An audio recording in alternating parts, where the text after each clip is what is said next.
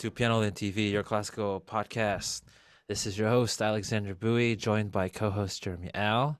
Today, we are going to talk about how to survive as a starving artist in the 21st century. Now, being a musician has its perks joyful, expressing your emotions, and getting to play in front of audiences who love you or who may hate you as well. But that's the whole gist of it. You can't always have likers. And my friend here, my very long term friend, whom I met in Florida, was it? Yeah, 2015, Wow, 2015. That's so many years ago. 6 years ago. Yeah, and Dominic is a concert pianist. He's doing his Doctor of Musical Arts degree in classical piano in Indiana University, and he has such how should I say grown as a musician as well as a person. And this is actually one of the very few times I'm seeing him for the first time, and his image has changed for the better, of course.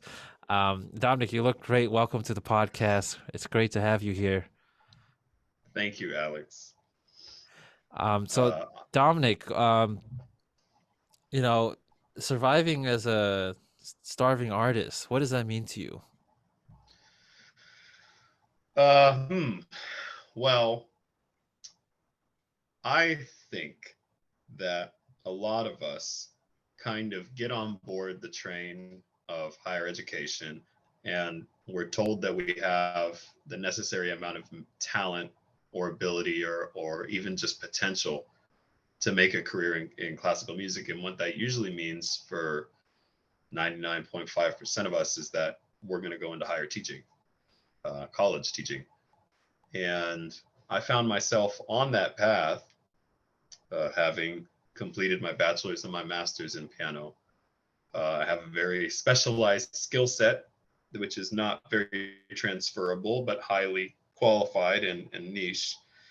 And the expectation is that when you complete your doctorate, then you slide into some college teaching job and eventually get the college teaching job that you want. Um, a lot of us, like myself, decided to supplement our progress, try to build our resume by doing competitions, which I know that you are familiar with. And so I built a presence in the competitive field, won a few big things here and there, which is nice, and was kind of getting my concert career to take off when COVID happened. And it made me do a lot of reevaluating, which I think is true of a lot of people. And upon deep reflection, I decided that I don't think I really want to do college teaching for a while. And so I had to ask myself, what is what is possible? How do I perform for a living, essentially? And one of the solutions I came up with, while also being concerned with steady paychecks and healthcare, which were both issues that were presented by the pandemic, I decided to get a military job as a musician. And I'm doing that part time now while I'm completing my degree. And I have some tentative plans, depending on how things shake out, to go active. Because I have some friends who are in military band positions and they really enjoy it. And having now gone and started working as a military musician, I can say that even though it's out of my specialty specifically, I actually enjoy it quite a lot. And so I think it was just kind of my way of finding another angle of putting my skill set to use, and finding work. That's a great way to put it. It's hard in this market, Pandemic has caused a lot of businesses to, to ruins. And Mm-hmm. and being in the music industry is no different. As you can see, like, as things are opening back up, things are kind of uncertain still, and they're not guaranteed to last. So it is something to think about when you're starting out any job, not just being a musician, is to figure out what do you really want in life. Is your dream, can your dream be profitable, and can it provide financial stability and pay the bills? And I think, joining the military is wonderful. It's serving your country, but also it gives you a great sense of discipline and a different sense of looking out in the world, right? Yeah, definitely the discipline part. So I got back from basic training less than a month ago. Um, so I was in Fort Jackson, South Carolina for 10 weeks with no piano. And it was the whole experience. There were drill sergeants, there was push-ups, there was everything. And the discipline thing is definitely pertinent. Um, I tended to think of myself as a fairly disciplined person, uh, even before I joined the army, but it's definitely on another level now. Um, but perhaps the most useful part of basic training, and I'm not saying that, if you want to become a better musician, just join the military and go through 10 weeks of basic training. I'm not saying that. But what I am saying is there is this mental toughness that comes from doing difficult things out of your comfort zone. And maybe that's enough, is to take on tasks that are not your specialty, things that you are not an expert in and have not been an expert in for a long time, and to see those measurable achievements. I think that was the most useful part of basic for me. Um, Even though they're not skills that even during my military career, I'll never use those skills again. It was, I think, good for my psychological makeup to challenge myself in that way and to do things that I was actually afraid of. What do you think this position is going to bring for you in your future as musician? Being employed by the military specifically? Right, and also this job, your job as a military musician, what do you hope to get from that to connect to your career in your future? That's a good question. Part of the improvement is definitely internal. Uh, and so that is the most immediate benefit that I can see right now. Um, the fact that I do feel more organized and in control of my brain, my mental faculties, that I have more confidence in myself. That contributes in an immeasurable way to my presence as a musician, to my self-assuredness. I think it's going to help with my stage fright, for instance, because walking on stage is scary, but now I've done things that were much scarier, you know, and so it puts things in perspective. That's definitely something that's going to help in my piano career. I'm also going to broaden my horizons practically because part of my job, I'm going to have to play a lot of jazz and swing, and that's not something that I have too much experience in, and I'm interested to see where that can take me. So I know that I'll become a more diverse musician. um, I don't think that I'm going to lose my chops or anything as a classical pianist, and I look forward to finding avenues of kind of making sure that my talent, or at least where my specialties lie, making sure that they can shine within my position in the band is something that the members of my unit are interested in, which is great. Um, and it's also, I figured that if I wanted to have a 9 to 5 job, I might as well have one where I can perform rather than one where I teach. I like teaching, but I don't think that I would choose it over playing, even if it's not my dream, even if it's not a Brahms concerto. Uh, I still love being on stage, I think, more than I love sitting in a studio. And so maybe I'll only do it for my first contract and I'll be like, this was great, but I want to do something else. And then I try and go into higher ed and I have a more diverse resume. Or maybe I stick with it. I don't know. But it's nice to have options. Yeah, having options is great. And, many people, I think, in our field still don't know what they want to do.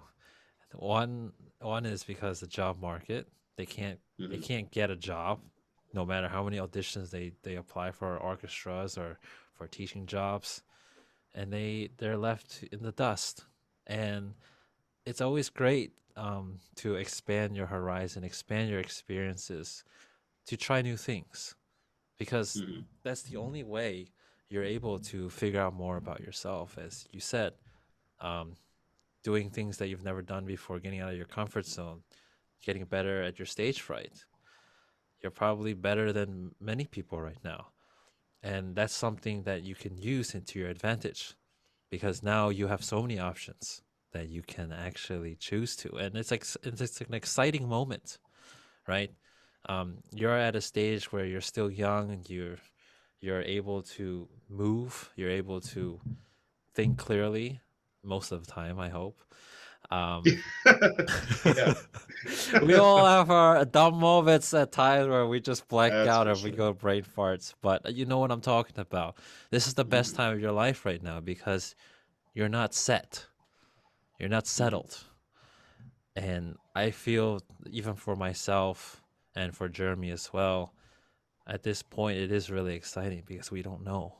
The unknown is actually more exciting than, oh, I know what I'm going to do for the rest of my life, you know? Yeah, there's some anxiety there, right? Because there's not so many jobs, and I mean, I know people who struggled to get a job, and I know people who got the job and were like, "This is terrible. I don't want this." I recently had a friend of mine quit a pretty good university position to pursue other things because it just was not making them happy.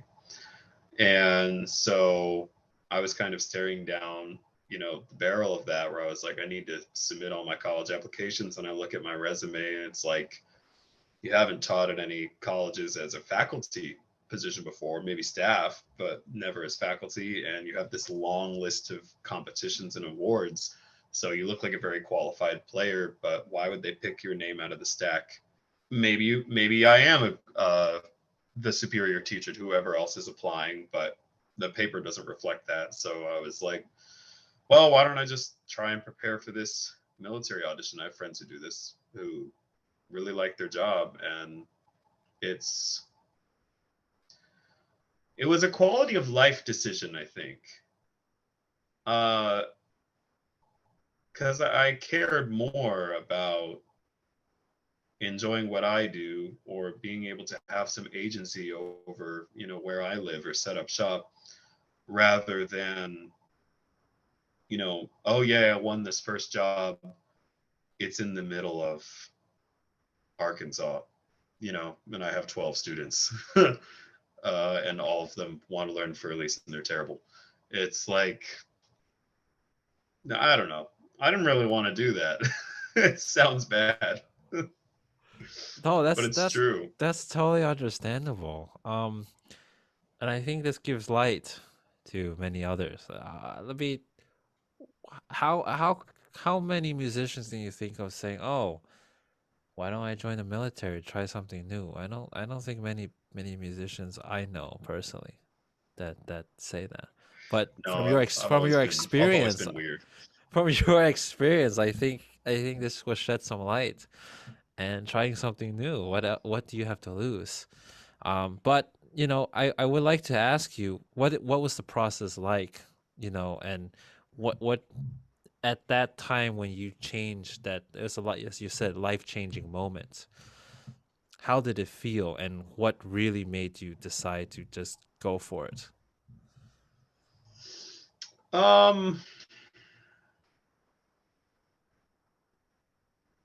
did it feel? It was scary. It's scary because there's comfort in kind of being on the train, and like I get my bachelor's, I get my master's, I get my doctorate, I get into this college job, and I decided to kind of take a hard left out of that. So it's unknown, which makes it scary. And there are practical things about knowing that you're going to basic training that are scary. You know, a lot of people get injured there physically because you do a lot of dangerous stuff. And it's designed to be safe, but anything can happen. So it was scary. But on the other hand, I felt that I was maybe for the first time taking real control over the course of my life, even if it was not what I was supposed to be doing. Based on what I had done, I was excited at the prospect of taking ownership of which direction my career was going, and knowing that it could be towards something that was stable and reliable and solid. That being said, I'm still only part-time, so I'm not doing this 5 days a week. I'm doing this, a weekend or two a month. And so the time commitment's not very large. And that allows me to, of course, continue my degree, which I have to do, but also to keep trying at the things I do enjoy, like competitions. I think it says it on my website, but I'm in the Honens competition next March, which is a big one.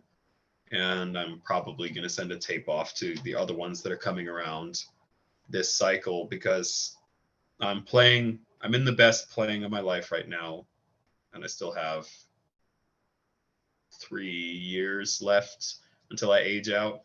So I might as well just swing at the big competitions and see what happens. And if I end up, getting some concerts and stuff, getting some medals, that's fantastic. And that can be done alongside my responsibilities to the Army. So it was a way of keeping my options open while also taking steps towards having avenues to go down, depending. So your long-term goal is still the same. You want to teach at a university, and you also want to play concerts. Is that correct? At this juncture, I have no idea, because if nothing materializes from competing and I don't get to do concerts for a while, I'll probably go active in the military, and then I'll just be kind of performing for however long I decide to stay in. If I do 20 years and retire, then you retire with a pension. And then I can do something else. I don't know, set up a teaching studio, or reapply into academia and see if I want to go back into doing that, because I'll have a terminal degree. I'll be qualified theoretically. I'm not so sure if I want to return to higher education. I have kind of a low opinion of the way that things are being handled right now in higher education. And as I'm on the way out, it's kind of left a bitter taste in my mouth, and I don't necessarily want to be complicit in the way things are going right now. Education is important on how it's run and how it's taught to students. You're very correct on that circumstance. And everyone has the right to, have their opinion on it. But don't be discouraged because the way things are run now, and don't be afraid that just because you're just one person, it won't make a difference. Because I'm probably pretty sure that many other people have same like-minded as you. And if you guys don't speak up for yourselves, then no one will know.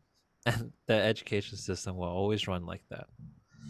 So don't be discouraged. As I tell people, do what you want to do, and just because it's run like that doesn't mean it can always be run like that. Your voice is powerful. Just use it to your advantage. And your voice today and its podcast is really useful for many others out there who may be lost in their own world and who may be discouraged from pursuing their musical career. Those who are in their doctorate degrees. So many people are getting doctorates nowadays, right? It used to be Oh yeah. very difficult back in the day, but now that's probably why the job market is so tough now. Everyone's getting doctorates. What sets other people apart, as you said on the paper, if you don't have a teaching experience in the university as a faculty member, they probably will not look at you, and it's tough. And it's actually one of the very few things is, if you don't have experience, we won't hire you. But that's the same thing as for other jobs, right? So Oh yeah. another thing to survive as a starving artist is networking. And so we discussed in our previous episode, networking is so important among your fields. And that's the only way, in addition to your talents and to your knowledge and experiences, that will help get what you want. And knowing you, Dominic, I've seen you grow as a person and musician. I'm very fortunate, and I'm actually excited to what's coming up next for you. Thank you. Networking is definitely everything. It's one of the big things that I learned from doing the competitions thing, is that you meet people, and even if you don't get that gold medal, someone in the audience likes you enough to invite you for shows, and that's income, and that's all there is to it. But yeah, I mean, the thing I love the most about being a musician is, I think, meeting people, traveling, sharing the things I care about, with lots of people. And maybe that is best achieved by concertizing. I could be wrong. I could change my mind in 5 years. I don't know. People's minds always change. You never have a set goal for the rest of your life. Mm-hmm. That's the exciting part. Thank you again, Dominic, for being here with us on Pianoland TV. It's a pleasure. Of course. And thanks to everyone for watching on YouTube, or if you're following us on the podcast platforms, hit that like button, follow us. We have weekly episodes of fantastic guests and fantastic topics. You don't want to miss it. So take care. We'll see you next week. And don't forget, we have teaching videos every Tuesdays and Saturdays with Jeremy on the violin and me on the piano. Take care, everyone.